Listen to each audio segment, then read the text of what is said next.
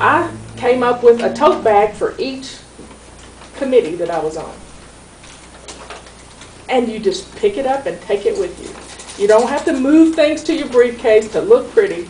You just pick up the reusable tote bag and take it with you.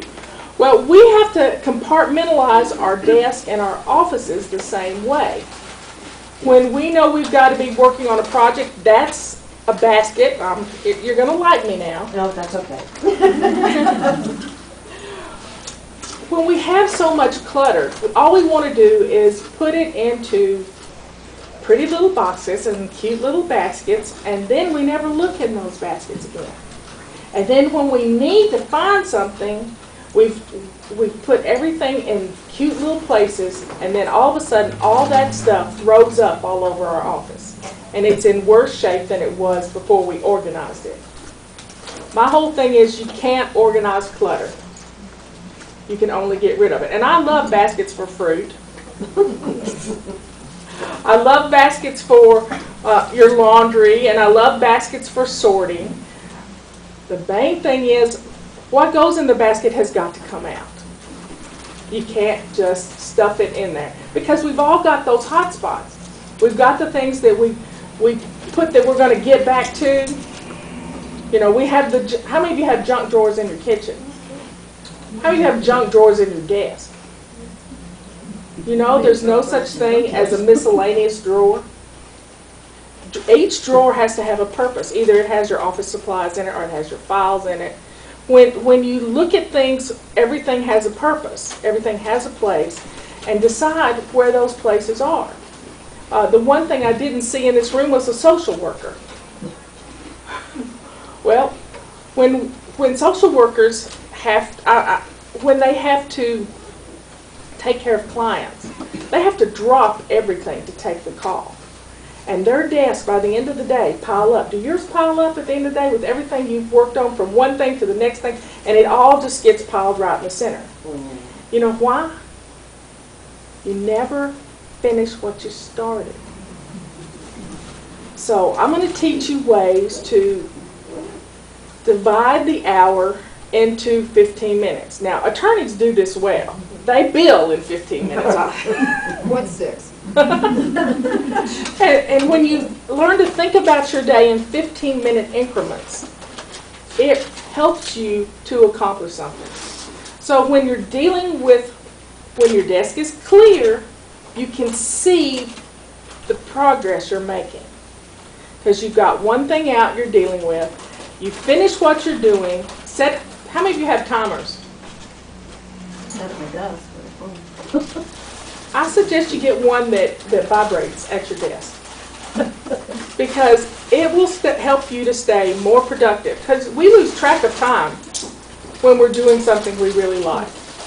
Because we can hyper-focus with the best of it. You get all excited about what you're doing, and before you know it, 2 hours has passed, you don't know what you're going to cook for dinner, and everything just starts piling on, and you're late. So setting a timer and getting addicted to it is not a bad thing.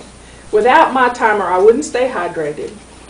I do something called crisis cleaning, and this is what I kind of want you to do at your office, is we're going to crisis clean our office.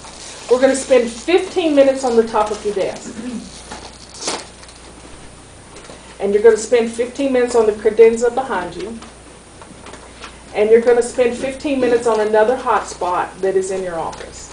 Whether it's a file drawer or the pile in the corner that you haven't looked at in 6 months, or the boxes that you have stashed in the closet. 15 minutes somewhere else. And then you're going to spend 15 minutes kind of sitting and contemplating visualizing how you want your office to flow, how you want it to feel. I don't want you doing anything. I want you to have a cup of tea or a glass of water and relax while you think through this. But divide 1 hour, that's all I'm asking, is 1 hour to sort of get control of your office. I got a testimonial last week from a lady who's trying to get her son to clean his bedroom. But she's also trying to get her boss to clean his office. And what she said was, she said, just give me 10 minutes And what doesn't get done in your bedroom, I will do for you. In 4 minutes, his bedroom was clean. And she wanted him for the other 6 minutes somewhere else in the house, but he said, no, that's not what you said. So when you set your timer for 5 minutes, 10 minutes, 15 minutes, whatever it is you can function with. Now, on my website, in the table of contents, you can go to the FlyLady Control Journals. And in the FlyLady Control Journals, you will see an office control journal. And it helps you set up routines for morning, afternoon, and evening. How many of you forget to return phone calls? Libby, don't you talk to me. She's always calling me saying, you didn't call me back. What we have to do is we have to set up a plan for our day. What do you do first thing you come in the office? You get your cup of coffee. And you plop down and start reading email. So, some of you I know. Now, when you know what you're going to do automatically, you're going to piggyback onto that other things you need to do. So maybe you don't want to check your email first thing, because that gets you hyper-focused on getting every email out of your inbox. Maybe you want to take care of the phone calls you missed yesterday, because those things need to be handled. You want to check your voicemail. You want to start your day with what you left on your desk as part of your leaving work routine. So, first thing in the morning, you set up a little morning routine. At noon, you're going to go to lunch. You have today. You're going to come back from lunch, and you're going to deal with the things that had not gotten finished in the morning. So set your timer for 15 minutes and just focus on the things that you left out on your desk in the morning. Because we all get things, some Mondays are crazy for me because the phone never stops ringing. Literally, it never stops ringing. And if I want to accomplish anything, I have to not answer my phone for 15, 20 minutes, whatever it takes for me to deal with the stuff that's right on top of me. Now, in the afternoon, return those phone calls, the things that you need to do, go about your day. Maybe you set up a time that you need to work on a project. Libby is one of the best people I know when she has a project. And so is my Laura, Laura Bamford. She works with us and also helps with the fundraisers for the Red Cross. She breaks a project down into baby steps, and that's what we teach. Libby and Laura are born organized, but guess what, y'all? We can be organized too. We just don't know it yet because we've been too busy beating ourselves up because we weren't.